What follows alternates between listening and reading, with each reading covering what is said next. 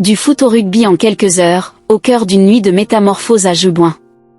En moins de 24 heures, l'enceinte parisienne s'est transformée entre la rencontre de Ligue 1 entre le Paris FC et le FC Nantes et le match de Top 14 entre le Stade Français et Montpellier. Un vrai défi qui aura mobilisé près de 200 personnes tout au long de la nuit. À peine les joueurs du FC Nantes avaient-ils eu le temps d'entamer leur récupération sur la pelouse du stade Joubouin qu'ils se sont retrouvés nez à nez avec une horde de jardiniers. Il est 22h55 ce vendredi 24 octobre, le Paris FC vient tout juste de s'incliner face à son adversaire du soir, 1-2, mais la peinture blanche du rond central s'efface déjà, en quelques minutes. Les cages installées au pied de la tribune capitale s'empressent d'être repliées, rangées, stockées, en attendant de voir se lever la paire de poteaux roses.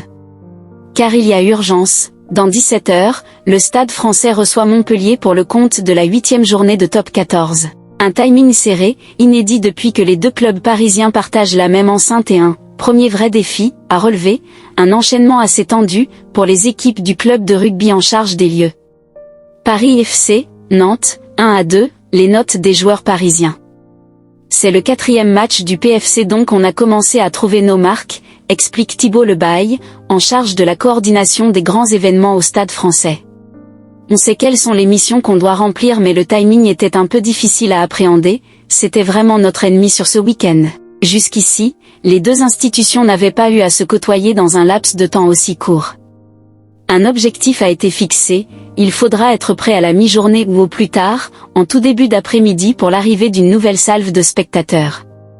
Pour y parvenir, toutes les équipes, de la manutention, du ménage, du jardinage ou encore des traiteurs ont été renforcées.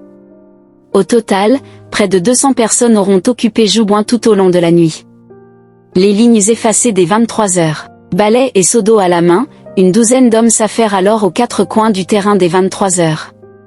On ne veut pas de spectre de ligne de foot pour les matchs de rugby et pas de spectre de ligne de rugby pour les matchs de foot, insiste Thibaut Lebaille.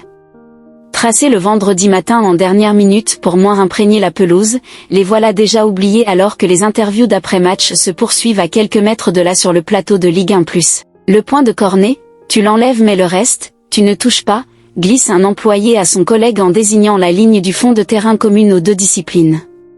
Et alors que la fête se poursuit dans les loges, pour l'heure, encore illuminées de bleu, l'habillage des gradins change peu à peu de couleur. 23h20. Le premier panneau, SF Paris, se révèle au pied de la tribune présidentielle.